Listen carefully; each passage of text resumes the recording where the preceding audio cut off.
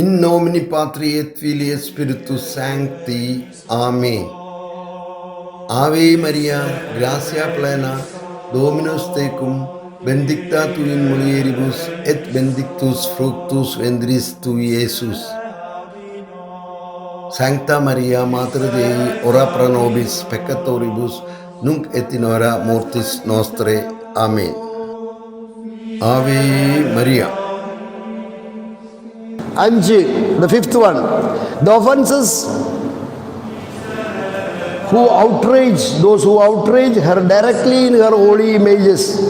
Here, my daughter, is the reason why Immaculate Heart of Mary inspired me to ask this little act of reparation.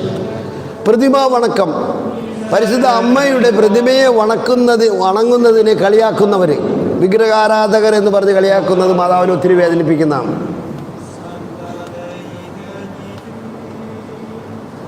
പഴയ നിയമത്തിൽ നമുക്കറിയാം, ഏലീശ പ്രവാചകന്റെ ശവകുടീരത്തിൽ ആൾക്കാർ മരിച്ച ഒരാളെ കൊണ്ടുവന്ന് അറിയാണ്ട് അവിടെ കൊണ്ടുവച്ചു. എന്ത് സംഭവിച്ചു? അങ്ങേർക്ക് ജീവൻ കിട്ടി. പഴയ നിയമത്തിലെ ഒരു പ്രവാചകന്റെ ശവകുടീരത്തിൽ വെച്ച ഒരു ശവത്തിന് ജീവൻ കിട്ടി, by the intercession of Elisha. അപ്പോൾ പഴയ നിയമത്തിൽ ഒരു പ്രവാചകന്റെ ശവകുടീരത്തിന് മുകളിൽ വെച്ച ശവത്തിന് ജീവൻ പ്രാപിക്കാമെങ്കിൽ പരിശുദ്ധൻ പരിശുദ്ധൻ പരിശുദ്ധൻ പരിശുദ്ധനായ ദൈവത്തിന് ജന്മം കൊടുത്ത പരിശുദ്ധ മറിയത്തിൻ്റെ ഇമേജിന് എന്ത് കൊടുക്കാൻ പറ്റില്ല എന്ന് പറയുന്നത് നിങ്ങൾ. Price the Lord. Hallelujah, hallelujah, hallelujah. പരിശുദ്ധ മറിയത്തെ ഉണ്ടാക്കിയ പ്ലാസ്റ്റർ ഓഫ് പാരീസിനെ അല്ല നമ്മൾ തൊട്ടുമുത്തനെ, ആണോ? പ്ലാസ്റ്റർ ഓഫ് പാരീസിനെയാണോ നമ്മൾ വണങ്ങണേ? അല്ലെങ്കിൽ സ്വർണം കൊണ്ടുണ്ടാക്കി ആ സ്വർണത്തിനെയാണോ വണങ്ങണേ? അല്ല. നിങ്ങൾ വചനം വായിച്ചിട്ടില്ല, അതാണ് പ്രശ്നം. ബുക്ക് ഓഫ് ഡിട്രോണമി, നിയമാവർത്തന പുസ്തകത്തിൽ 4:15 ഇതേക്കുറിച്ച് വ്യക്തമായി തരുന്നുണ്ട്. യോഹന്നാൻ 10:35 വചനങ്ങളൊക്കെ നിങ്ങൾ വായിക്കുക, കൂട്ടിച്ചേർത്ത് വായിക്കുക.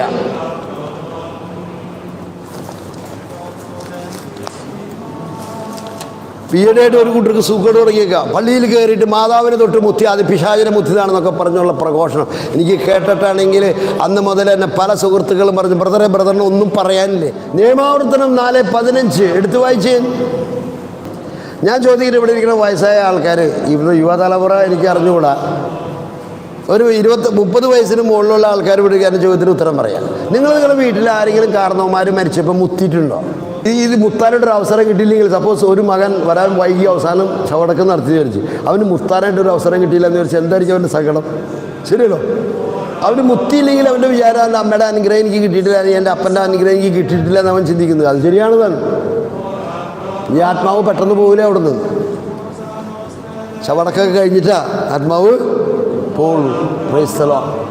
അപ്പോൾ ഈ ശവത്തെ മുത്തി പോലെ അനുഗ്രഹം മേടിക്കുന്നവരായി ഇരിക്കുന്നവർ, ഈ പറയുന്ന ആൾക്കാർ, ഈ ആര് ഇതിനെ വിമർശിക്കുന്ന ആൾക്കാർ തന്നെ ഈ 3 ദിവസം കഴിഞ്ഞാലത്തെ സ്ഥിതി എന്താ? കേരളത്തിൽ ചീഞ്ഞാളിയാണ്ട് വല്ലവരും കുഴിച്ചിടോ? മോർച്ചറിയിൽ വെച്ചിട്ട് അതിനെ ചീഞ്ഞാളിച്ചിട്ടുള്ള നമ്മൾ കുഴിച്ചിട്ടുള്ളൂ. അത് കഴിഞ്ഞിട്ട് കാണാൻ കൊണ്ട് നോക്കില്ലേ? ചീഞ്ഞാളിച്ച ശവത്തിന് നമ്മൾ മുത്തല്ലേ? ആ ശവവും ഈ പ്രതിമയായിട്ടതിൻ്റെ വ്യത്യാസം, അടുത്ത ഡിഫറൻസ്. ശവത്തിൽ ആത്മാവുണ്ടോ?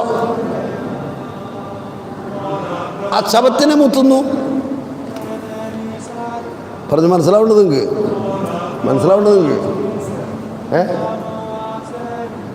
ഒരിക്കൽ പണ്ട് എനിക്ക് ഇങ്ങനെ ഈ സംസ്കാരം കഴിഞ്ഞ് ഇങ്ങനെ ഈ കുരിശ് മുത്തുന്നൊരു പരിപാടി ഉണ്ടല്ലോ, സംസ്കാര ചടങ്ങ് കഴിഞ്ഞില്ലേ കുരിശ്, അതൊക്കെ മുത്ത് നിങ്ങൾ.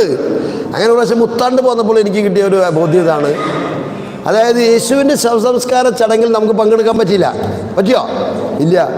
അതിന് പകരമായിട്ടാണ് നമ്മളിപ്പോൾ ആ കുരിശ് മുത്തണേ. എന്ന് വെച്ചാൽ ആ കുരിശ് മുത്തുന്നതിലൂടെ യേശുവിൻ്റെ ശവസംസ്കാര ചടങ്ങിൽ നമ്മൾ പങ്കെടുക്കുന്നു. പിതാവായ ദൈവം പറഞ്ഞ കാര്യം 4:15 ഇതാണ്: അതിനാൽ നിങ്ങൾ പ്രത്യേകം ശ്രദ്ധിക്കുക. കണ്ടോ? നിയമാവർത്തന പുസ്തകം എന്ന് പറഞ്ഞാൽ ചില്ലറ പുസ്തകമൊന്നുമല്ല. യേശു ക്രിസ്തു ഏറ്റവും കൂടുതൽ കോട്ട് ചെയ്തിട്ടുള്ള ബുക്കാണ് ഡിട്രോണമി. എല്ലാ നിയമങ്ങളും അപഗ്രഥിച്ച് അതിനെ കറക്റ്റ് ചെയ്ത് മോശയാൽ എഴുതപ്പെട്ട ബുക്കാണ് ഡിട്രോണമി. നിയമാവർത്തനം, മറ്റ് നാല് പുസ്തകങ്ങളുടെ നിയമങ്ങളെ ക്രോഡീകരിച്ച് അതിൻ്റെ കുറവുകൾ പരിഹരിച്ച് അതിനെ കറക്റ്റാക്കി എഴുതിയിട്ടുള്ള ബുക്കാണ് എന്ത്? Book of Deuteronomy. നിയമാവർത്തനം എന്ന് പറയും, നിയമം വീണ്ടും ആവർത്തിച്ചിരിക്കുന്നു. യേശു ക്രിസ്തു ഏറ്റവും കൂടുതൽ കോട്ട് ചെയ്തിട്ടുള്ള ബുക്കാണ് നിയമാവർത്തനം. അതുകൊണ്ട് പ്രത്യേകം ശ്രദ്ധിക്കുക. പറയാണ്, ഹോറോബിൽ വെച്ച് അഗ്നിയുടെ മധ്യത്തിൽ നിന്ന് കർത്താവ് നിങ്ങളോട് സംസാരിച്ച ദിവസം നിങ്ങൾ ഒരു രൂപവും കണ്ടില്ല. കണ്ടോ? എന്താ പറയണേ? ഹോറോബിൽ മോശയോട് സംസാരിച്ചപ്പോൾ, അഗ്നിയിൽ നിന്ന് സംസാരിച്ചപ്പോൾ മോശ ദൈവത്തിൻ്റെ ഒരു രൂപവും നിങ്ങൾ കണ്ടില്ല. അതുകൊണ്ട് നിങ്ങൾ ഒരു ശ്രേഷ്ഠ വസ്തുവിൻ്റെയും രൂപമുണ്ടാക്കി അതിനെ ആരാധിക്കരുത്. 2000 വർഷങ്ങൾക്ക് മുമ്പ് എന്ത് സംഭവിച്ചു? ഈ ഹോറോബിൽ സംസാരിച്ച ദൈവം കാണപ്പെട്ടോ അല്ലേ? അപ്പം എന്ത് ചെയ്യാം? രൂപമുണ്ടാക്കാം. പറഞ്ഞു മനസ്സിലായോ? നിങ്ങൾക്ക്? അന്ന് രൂപം കണ്ടില്ല, അതുകൊണ്ട് മോശയോട് പറഞ്ഞു നിങ്ങൾ ഒരു രൂപം ഉണ്ടാക്കരുത്. കാരണം കാണാത്ത രൂപം ഉണ്ടാക്കിയ പ്രശ്നമാണ്. പക്ഷേ 2000 വർഷങ്ങൾക്ക് മുമ്പ് എന്ത് സംഭവിച്ചു? ഈ അദൃശ്യനായ ദൈവം ദൃശ്യനായ മനുഷ്യൻ്റെ മുമ്പിൽ വന്നു. പറഞ്ഞു മനസ്സിലാവുണ്ടോ? അതുകൊണ്ട് എന്ത് ചെയ്യാം? അവന് രൂപം ഉണ്ടാക്കാം. വായിക്ക് യോഹന്നാൻ 10:35. വളരെ വ്യക്തമായത്. അതായത് ഈ വിഗ്രഹം എന്താണെന്ന് പോലും മനസ്സിലാക്കാൻ പറ്റാത്തവരാണ് ഈ വിഗ്രഹാരാധനയ്ക്കെതിരെ പ്രസംഗിക്കുന്നത്.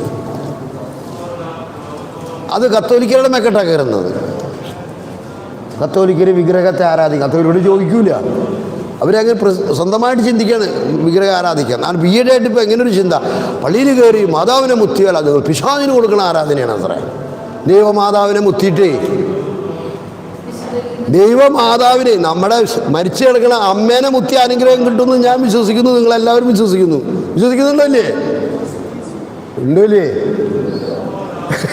പറഞ്ഞു മനസ്സിലാവുണ്ടോ? ഇവിടെ ദൈവമാതാവിനെ മുത്തിയിട്ട് പറയണോ അത് പിശാചിനെ മുത്തനെ തുല്യാണെന്നൊക്കെ പറഞ്ഞിപ്പോൾ ഒരു കൂട്ടർ പ്രസംഗം തുടങ്ങിയേക്കാം. Praise the Lord. I can just tolerate ഈ വക പ്രസംഗങ്ങളൊന്നും. നിങ്ങളൊന്നും പേടിക്കണ്ട, ഒരു ചുക്കില്ല. 10:35 വായിക്കും. ദൈവവചനം ആരുടെ അടുത്തേക്ക് വന്നുവോ അവരെ ദൈവങ്ങൾ എന്ന് വിളിച്ചു. കണ്ടാ? ഈശോ പറയണേ ലോഗോസ്. ഇത് ലോഗോസ് വചനങ്ങളാ. ദൈവത്തിൻ്റെ വായിൽ നിന്ന് വന്ന വചനമാണിത്. എന്താ പറയണേ? വചനം ആരുടെ അടുത്തേക്ക് വന്നുവോ അവരെ നിങ്ങൾ ദൈവങ്ങൾ എന്ന് വിളിച്ചു. അവിടെ ദൈവങ്ങൾ ചിൽഡ്രൻ ഓഫ് ഗോഡ് എന്നാണ് അവിടെ ഉദ്ദേശിക്കുന്നത്, റൂട്ട് പദം. അപ്പോൾ വചനം ആരുടെ അടുത്തേക്ക് വന്നു? മറിയത്തിൻ്റെ അടുത്തേക്ക് വന്നു. മറിയം എന്തായി? ദൈവമാതാവായി. പറഞ്ഞു മനസ്സിലാവുണ്ടോ? ഈ വചനം സ്വീകരിച്ചു കഴിഞ്ഞു. അവൻ വിശുദ്ധിയിൽ, അവൻ മഹിമയിലേക്ക് പ്രവേശിച്ചു. എന്ത് സംഭവിച്ചു? അവൻ വിശുദ്ധനായി. പറഞ്ഞു മനസ്സിലാവുണ്ടോ? ദൈവമക്കളുടെ സ്ഥാനത്തേക്ക് ഉയർന്നു. മനസ്സിലാവുണ്ടോ? അവിടെ പറയുന്നത് ദൈവങ്ങൾ എന്ന് വിളിച്ചു വെച്ചാൽ ദൈവമക്കൾ എന്നാണ് അവിടെ ഉദ്ദേശിക്കുന്നത്. ചിൽഡ്രൻ ഓഫ് ഗോഡ് എന്നാ പറയുന്നത്. ആരുടെ അടുത്തേക്ക് വചനം വന്നുവോ, ആര് വചനം സ്വീകരിച്ചുവോ. യോഹന്നാൻ 1:12 എന്താ പറയണേ? അവനിൽ വിശ്വസിച്ചവർക്കെല്ലാം ദൈവമക്കളാകാൻ അവൻ അവകാശം നൽകി. അപ്പോൾ യേശു ആരാ? അവൻ ദൈവപുത്രനും ദൈവമാണ്. ആണല്ലേ? അതാണ് നമ്മുടെ വിശ്വാസം. ആണല്ലേ? മനുഷ്യപുത്രനും ദൈവപുത്രനുമാണ്. ആണല്ലേ? അതല്ലേ നമ്മുടെ വിശ്വാസം. അപ്പോൾ ആരുടെ അടുത്തേക്ക് വചനം വന്നുവോ അവരെ ദൈവങ്ങളെന്ന് വിളിച്ചു. അപ്പോൾ പരിശുദ്ധ അമ്മയോടുള്ള വണക്കവും മഹിമയിൽ പ്രവേശിച്ച വിശുദ്ധരോടുള്ള വണക്കവും അവരെ പ്രതിനിധീകരിക്കുന്ന ഒന്നിലും ഒരു വിഗ്രഹാരാധനയുമില്ല. അവരെ ബഹുമാനിച്ചതുകൊണ്ട് ഒരു തെറ്റുമില്ല എന്ന് ഇന്ന് ഞാൻ പ്രഖ്യാപിക്കുകയാണ്. ദൈവവചനാടിസ്ഥാനത്തിൽ തന്നെയാണ് ഞാൻ ഈ പറയുന്നത്. അവർ വചനത്തിന് വേണ്ടി ജീവൻ കൊടുത്തവരാ. നമ്മളിപ്പോൾ ഒന്നും ചെയ്യാൻ തയ്യാറല്ല. അതാണ് നമ്മുടെ പ്രശ്നം. അവർ വിശ്വാസത്തിന് വേണ്ടി മാറ് കാണിച്ചു കൊടുത്തപ്പോൾ എന്ത് ചെയ്തു? അമ്പ ചെയ്ത് കൊന്നു. മനസ്സിലാവുണ്ടോ? നമ്മളിപ്പോൾ നമ്മൾ ക്രിസ്ത്യാനിയാണെന്ന് അറിയാണ്ടിരിക്കാൻ വേണ്ടി ടുട്ടു മണ്ടു ചട്ടു എന്ന് പേരിടുന്ന കാലഘട്ടമാണ്. നമ്മൾ പേര് കേട്ടാൽ ക്രിസ്ത്യാനിയാണെന്ന് തോന്നരുത് എന്ന് ഒളിച്ചിരിക്കുന്ന പാർട്ടീസാ. ക്രിസ്ത്യാനിയാണെന്ന് ഉറപ്പിച്ച് ചോദിച്ചാൽ അമ്മയോട് ചോദിച്ചിട്ട് പറയാമെന്ന് പറയും. പ്രൈസ് ദി ലോർഡ് എന്ന് പറയുന്ന ഒരു കാലഘട്ടത്തിലാണ് നമ്മളിരിക്കണേ. അതുകൊണ്ട് ഇപ്പോൾ എന്ത് ചെയ്യണു? എല്ലാവരും അറിയാത്ത മാതിരി ഒരു പേര് ബീന, ജീന, സീന, സിനി, മിനി, കിനി, ഫിനി എന്നുള്ള പേരുകൾ. പിന്നെ ഇങ്ങനെ ടിട്ടും മണ്ടും ചട്ടും ഇങ്ങനെയുള്ള പേര്. പേരിൽ നിന്ന് എന്താവില്ല, മനസ്സിലാവില്ല. അതേക്കുറിച്ച് ഇപ്പോൾ ക്ലാസ്സിൽ പിന്നെ ഒരിക്കൽ എടുക്കും, പേടിക്കണ്ട, തരും നിങ്ങൾക്ക്, പേടിക്കണ്ട. Price the Lord. ഹല്ലേലൂയ. യേശുവേ നന്ദി. ഹല്ലേലൂയ. ഒരു രക്ഷയില്ല കേട്ടോ. എന്ത് നിങ്ങളിഞ്ഞ് രക്ഷപ്പെടാതെ വിചാരിച്ചാൽ അങ്ങനെ രക്ഷപ്പെടാൻ പറ്റില്ല. കാരണം നമുക്ക് വാക്ക് മാറാം, അവൻ വാക്ക് മാറില്ല. നമുക്ക് യേശുവിനെ നിഷേധിക്കാം, പക്ഷെ അവന് നമ്മളെ നിഷേധിക്കാൻ പറ്റില്ല. നമുക്ക് ദിവസത്തിൽ 10 പ്രാവശ്യം യേശുവിനെ നിഷേധിക്കാം, പക്ഷെ യേശുവിന് നമ്മളെ നിഷേധിക്കാൻ പറ്റില്ല. നമ്മൾ യേശുവും തമ്മിലുള്ള വ്യത്യാസം അതാണ്. നമുക്ക് വേണ്ടാന്ന് വയ്ക്കാം, രാവിലെ വേണ്ടാന്ന് വയ്ക്കാം, ഉച്ചയ്ക്ക് വൈകുന്നേരം വേണ്ടാന്ന് വയ്ക്കാം. പക്ഷെ അവന് രാവിലെയും ഉച്ചയ്ക്കും വൈകുന്നേരവും നാളെ രാവിലെ അവന് വേണ്ടാന്ന് വയ്ക്കാൻ പറ്റില്ല. കാരണം നമ്മളെപ്പോലെ വാക്ക് മാറുന്നവനല്ല. പറഞ്ഞ് മനസ്സിലാവുണ്ടോ? അതാണ് നമ്മൾ മനസ്സിലാക്കുക. അപ്പോൾ വ്യക്തമായിട്ട് നമ്മൾ മനസ്സിലാക്കേണ്ട ഒരു ആരുടെ അടുത്തേക്ക് ദൈവവചനം വന്നുവോ അവരെ ദൈവങ്ങൾ എന്ന് വിളിച്ചില്ലേ എന്ന് ഈശോ ചോദിക്കുന്നത്. വായിച്ച് പൂർത്തിയാക്ക്.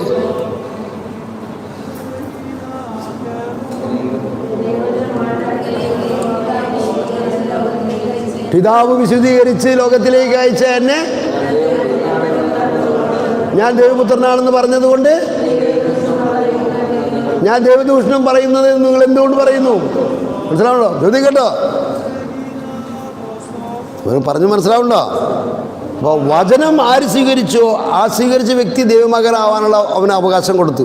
അവൻ്റെ ജീവിതത്തിലൂടെ, ജീവിത സാക്ഷ്യത്തിലൂടെ ദൈവത്തെ മഹത്വപ്പെടുത്തി അവൻ മഹിമയിലേക്ക് പ്രവേശിച്ചു. ഈ മഹിമയിലേക്ക് പ്രവേശിച്ചവരെ സ്വർഗത്തിൽ ദൈവം അവർക്കൊരു സ്ഥാനം കൊടുക്കില്ല എന്നാണോ നിങ്ങൾ വിചാരിക്കണേ?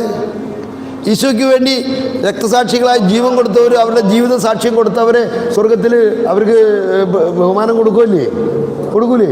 അതിൻ്റെ റിപ്ലിക്കയാണ് കാത്തലിക് ചർച്ചസ്. അതിനിച്ചിരി അതിപ്രസരം ഉണ്ടായിട്ടുണ്ട്, അത് പറയേണ്ടത് നിവൃത്തിയില്ല. കാര്യസാധ്യതയ്ക്ക് വേണ്ടി വിജാതി ഭക്തിയാക്കി മാറ്റിയിട്ടുണ്ട്. That is a different issue. കാര്യസാധ്യതയ്ക്ക് വേണ്ടി വിശുദ്ധന്മാരെ ദേവീദേവന്മാരെ പോലെ ആക്കിയിട്ടുണ്ട്. വിശുദ്ധ കുർബാന സ്വീകരിക്കാണ്ടും കുമ്പസാരിക്കാണ്ടും മറ്റു പോകുന്ന പരിപാടികൾ, അത് ഡിഫറെൻറ്റ് ചാപ്റ്ററാണ്. മരിച്ചു കിടക്കുന്ന നമ്മുടെ അമ്മയുടെ അപ്പൻ്റെ ശവത്തെ തൊട്ടുമുത്തി അനുഗ്രഹം പ്രാപിക്കാമെങ്കിൽ എൻ്റെ കർത്താവിൻ്റെ അമ്മയുടെ പ്രതിമയെ തൊട്ട് വണങ്ങുമ്പോൾ എനിക്ക് അനുഗ്രഹം കിട്ടും, ഉറപ്പാണ്. ഡെലിവറൻസ് ഒക്കെ കിട്ടും. നമ്മൾ എന്തായിരിക്കണം? അമ്മ പറഞ്ഞ അവൻ പറയുന്നത് ചെയ്യുവിൻ, അതിലായിരിക്കണം നമ്മൾ. ഞാൻ നിങ്ങളോട് പറഞ്ഞു, ജ്ഞാനിയായ സോളമൻ പോലും 1-ാം പ്രമാണം ലംഘിച്ചപ്പോൾ ജ്ഞാനം അവനെ ഉപേക്ഷിച്ചു പോയി. അപ്പോൾ ഇത് തമ്മിൽ ബന്ധപ്പെട്ടാണ്. മനസ്സിലാവുണ്ടോ? നമ്മൾ വചനത്തെ നിഷേധിച്ചുകൊണ്ട് വേറെ ആരെ പിടിച്ചിട്ട് കാര്യമില്ല. വചനത്തോടുകൂടെ ബാക്കിയെല്ലാം അതിൻ്റെ പൂർണ്ണതയിലേക്ക് വരും. നമ്മൾ വചനത്തെ നിഷേധിച്ചിട്ട് എന്ത് ചെയ്യാൻ പാടില്ല? മറ്റു കാര്യങ്ങളൊക്കെ എന്തായി? വിഗ്രഹമായിട്ട് മാറി. വചനത്തെ നിഷേധിക്കാൻ ദൈവത്തെ നിഷേധിച്ചു, പിന്നെ എല്ലാം പോയി. പറഞ്ഞ് മനസ്സിലാവുണ്ടോ? എൻ്റെ കറക്റ്റ് കാര്യങ്ങൾ മനസ്സിലാവുണ്ടോ നിങ്ങൾ? Price the Lord. ഹല്ലേലൂയ. അപ്പോൾ ഈ മാതാവിൻ്റെ ഈ പ്രതിമ വണക്കം, അതിനെ കളിയാക്കുന്നവർ, വിമർശിക്കുന്നവർ, ഇതൊക്കെ ചെയ്യുന്നവർ മാതാവിൻ്റെ പ്രതിമ വണക്കത്തെ വിമർശിക്കും. അതിനെന്ത് ചെയ്യും? അപ്പൻ മരിച്ചു, അമ്മ മരിച്ചു, അവരെ പടം ഉണ്ടാക്കി രാവിലെ പുലരുമ്പോൾ അത് മുത്തിട്ട് പോകും. ആര്? മനസ്സിലായോ? ഈ പ്രതിമയും ആ പടം തമ്മിൽ എന്താ വ്യത്യാസം? പടവും പ്രതിമയും സെയിമാണ്. ഇത് മണ്ണുകൊണ്ടുണ്ടാക്കി അത് ഫോട്ടോ എടുത്ത് വെച്ചാൽ എത്ര വ്യത്യാസമുള്ളൂ. ഈ എന്താ പറയുക, തിയോളജിക്കലി പറയുകയാണെങ്കിൽ രണ്ടും സെയിമാണ്. പടവും രൂപവും രണ്ടും തന്നെയാണ്. ഇപ്പോൾ നമ്മൾ തിരുഹൃദയത്തിൻ്റെ രൂപവും തിരുഹൃദയത്തിൻ്റെ പടവും രണ്ടും തന്നെയാണ്. പ്രതിഷ്ഠ നടത്തുമ്പോൾ രൂപം വയ്ക്കാം, അവരുടെ പടം വയ്ക്കാം. പറഞ്ഞ് മനസ്സിലാവണ്ട? രണ്ടും തന്നെയാണ്. അപ്പോൾ ഈ പ്രതിമാ വണക്കത്തെ വിമർശിക്കുകയും മരിച്ച അപ്പൻ്റെ പടം ഡ്രോയിങ് റൂമിൽ വെച്ചിട്ടുണ്ടാവും, അതിൽ മാലിട്ടുണ്ടാവും, അത് ഇടയ്ക്കിടയ്ക്ക് എന്ത് ചെയ്യും? പുറത്തേക്ക് പോകുമ്പോൾ തൊട്ടുമുത്തിക്കൊണ്ട് പോവുകയും ചെയ്യും. മനസ്സിലാവണ്ടോ? ഇതൊരു അപ്പം ഇതല്ലേ, ഒരു തമാശയല്ലേ? ആളല്ലേ? അത് ഇത് തമ്മിൽ എന്താ വ്യത്യാസം? അപ്പോൾ ഈ എന്താ പറയുക, വികലമായ ചില പ്രഘോഷണങ്ങൾ ഈയിടെയായിട്ട് കാണാനായിട്ട് സാധിച്ചിട്ടുണ്ട്. അപ്പോൾ ഇതെല്ലാം പരിശുദ്ധ അമ്മയെ വേദനിപ്പിക്കുന്ന കാര്യങ്ങളാണ്, വിമല ഹൃദയത്തിന് വേദനിപ്പിക്കുന്ന കാര്യങ്ങളാണ്. മാതാവിൻ്റെ ഹോളി ഇമേജസിനെ വണങ്ങുന്നത്, അതിനെ വിമർശിക്കുക, അതുകൊണ്ട് അതിന് ദോഷമുണ്ടാവും, അത് പിശാചിനെ ആരാധിക്കണത്തില്ല, ഇതൊക്കെ ഇങ്ങനെ പറഞ്ഞ് പ്രഘോഷിക്കുന്നതിൽ മാതാവിന് ഒത്തിരി വേദനയുണ്ട്. അപ്പോൾ 5-ാമത്തെ നമ്മുടെ സിനി മാതാവിൻ്റെ പ്രതിമ വണക്കത്തിന് എതിരെ പ്രസംഗിക്കുന്നതിലൂടെ മാതാവിൻ്റെ വിമല ഹൃദയത്തിന് ഉണ്ടാകുന്ന വേദനയ്ക്ക് ആശ്വാസമായിട്ടാണ് നമ്മൾ 5-ാമത്തെ ശനിയുടെ ഉപവാസവും പ്രാർത്ഥനയും നമ്മൾ സമർപ്പിക്കുന്നത്. ഹല്ലേലൂയ. 5 കാര്യങ്ങൾ നിങ്ങൾക്ക് വ്യക്തമായെന്ന് ഞാൻ വിശ്വസിക്കുന്നു. 5 കാര്യങ്ങൾ വ്യക്തമായില്ലേ? 1, അമലോത്ഭ ഹൃദയത്തിനെതിരെ സംസാരിക്കുന്നത്. 2, നിത്യകന്യാത്വത്തിനെതിരായിട്ട് സംസാരിക്കുന്നത്. 3, മാതാവിനെ പ്രതി വെറുപ്പും വിദ്വേഷവും ജനങ്ങളിൽ, വിശ്വാസികളിൽ കുത്തി നിറയ്ക്കുക. 3 എന്താണ്? മാതാവിനെ ദൈവമാതൃത്വത്തെയും സകല മനുഷ്യരുടെയും മാതാവായി അംഗീകരിക്കുന്നതിൽ അതിനെതിരെ സംസാരിക്കുക. 4 എന്താണ്? മാതാവിനെ പ്രതി വെറുപ്പ് ജനിപ്പിക്കുക വിശ്വാസികളിൽ.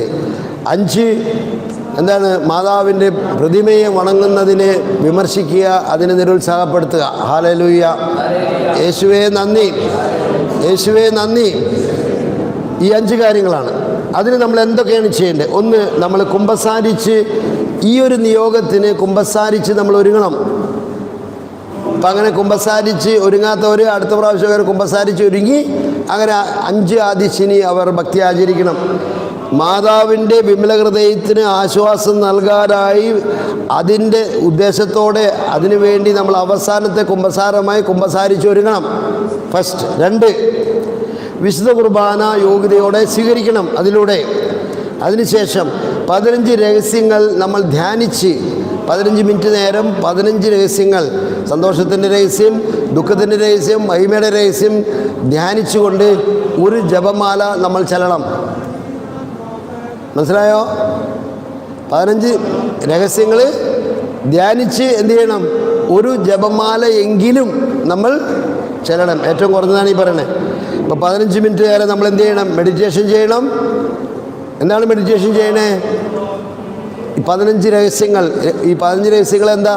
കർത്താവിൻ്റെ രക്ഷാകര പദ്ധതിയുടെ രഹസ്യങ്ങളാണത്. ആ രഹസ്യങ്ങൾ ധ്യാനിക്കണം. ഇതെല്ലാം നമ്മൾ ചെയ്യേണ്ടത് എന്താണ്? മാതാവിൻ്റെ വിമല ഹൃദയത്തിനേൽക്കുന്ന വേദനയ്ക്ക് ആശ്വാസം പകരാനായിട്ടാണെന്നാണ് നമ്മൾ ആ നിയോഗത്തിനായിരിക്കണം നമ്മളിതെല്ലാം ചെയ്യേണ്ടത്. അതിന് അനുഗ്രഹം ഞാൻ നിങ്ങളോട് പറഞ്ഞു. എന്താണ്? മാതാവ്, I promise to assist them in the hour of death, that all grace is necessary for the salvation of their soul.